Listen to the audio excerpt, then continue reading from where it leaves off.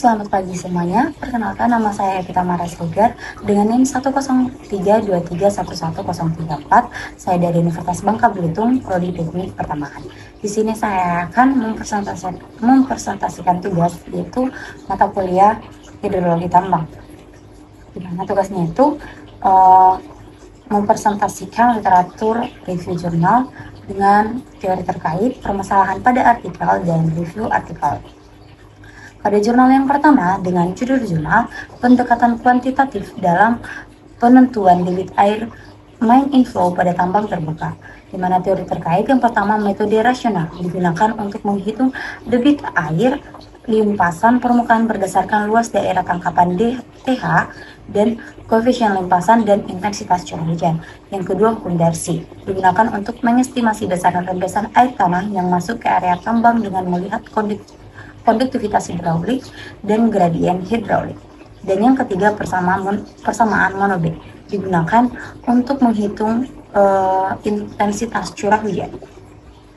Yang berikutnya itu ada permasalahan pada artikel ini, yaitu masuknya air secara tidak terkendali atau mine inflow ke dalam area tambang terbuka jika tidak diukur dan diestimasi dengan akurat. Air ini akan menghambat aktivitas penambangan, merusak jalan angkut, dan membengkakkan biaya operasional perusahaan. Nah, jurnal ini menyajikan pendekatan kuantitatif yang sangat baik dengan menggabungkan analisis permukaan atau metode rasional dan bawah permukaan atau hukum Darcy serta divisualisasikan melalui pemodelan 3 dimensi. Sayangnya, ada celah metodologis yang cukup besar. Nilai konduktivitas hidraulik yang hanya diambil dari literatur tanpa uji lapangan seperti pumping atau failing head test, dan data curah hujan yang dipakai hanya 1 tahun sehingga kurang representatif secara statistik. Artikel ini juga berhenti pada angka estimasi debit tanpa memberikan rekomendasi teknis lanjutan seperti desain kapasitas pompa atau dimensi sahnya.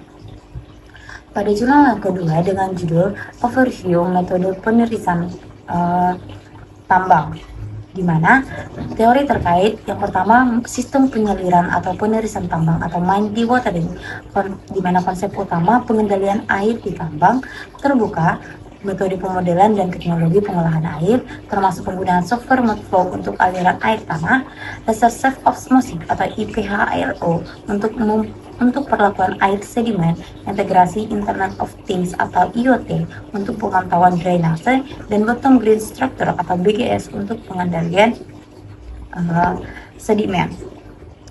Yang berikutnya itu ada permasalahan pada artikel. Permasalahan pada artikel ini yaitu air tambang dalam jumlah besar berpotensi menyebabkan pencemaran lingkungan, ketidakstabilan lereng, jalan menjadi licin, dan penurunan produktivitas. Fokus utamanya adalah kebingungan dalam menentukan metode penirisan mana yang paling efektif dan efisien dari berbagai opsi teknologi yang ada. Nah, sebagai literatur review, jurnal ini berhasil merangkum evolusi metode penirisan tambang dari tahun 1978 hingga 2020 ke dalam satu tabel komparasi yang praktis. Kesimpulan jurnal ini menetapkan mine dewatering konvensional sebagai yang terbaik, namun kesimpulan tersebut terasa kurang argumen dan analisis kritis. Penulisan tidak menjelaskan kriteria pemilihan 6 literatur tersebut.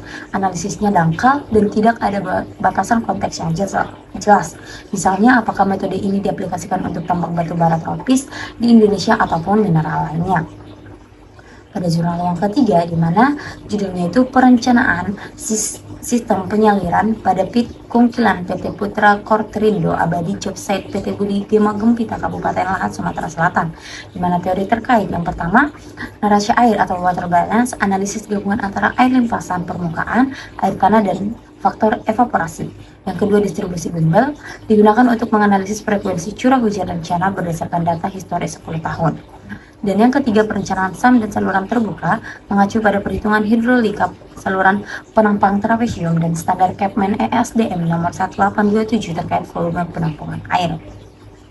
Di mana permasalahan pada artikel ini yaitu sistem penyaliran aktual di lapangan tidak mampu menampung volume air yang masuk main inflow sebesar 230,5 meter kubik per jamnya. Akibatnya SAM terlalu meluap meskipun pompa air beroperasi hingga 22 jam per hari karena kapasitas pompa aktualnya terlalu kecil, yaitu 75,6 meter kubik per jam. Nah, jurnal ini sangat aplikatif karena menyelesaikan masalah real di lapangan dengan memadukan data penginderaan jauh UAV atau RGS dan hidrologi. Hasil dari jurnal ini langsung berupa 2 opsi desain SAM baru dan rekomendasi dimensi saluran terbuka. Celah dari penelitian ini ada 2 durasi, yaitu pengambilan data primer curah hujan yang terlalu singkat dan perhitungan kapasitas pompa yang hanya mengandalkan spesifikasi teknis pabrik, bukan debit aktual lapangan, dan tidak adanya analisis sensitivitas jika sewaktu-waktu catchment areanya meluas. Nah, yang keempat, dengan judul Analisis Kestabilan Lereng PIT-X pada Lereng High Wall Metode Limited Equilibrium Musi Banyuasin, Sumatera Selatan, di mana teori terkaitnya metode kesetimbangan batas atau limit equilibrium method, di mana secara spesifik menggunakan metode Spencer dan Morgenstern's Price yang ketat dan mencakup kesetimbangan gaya serta momen. Yang kedua itu faktor keamanan, di mana standar kestabilan lereng berdasarkan Kepmen ESDM nomor 1827 tahun 2018 dan geoteknis statis dan dinamis, memperhitungkan kondisi lereng jenuh, air atau tidak jenuh, serta pengaruh background acceleration atau PGA untuk beban seismik atau gempa.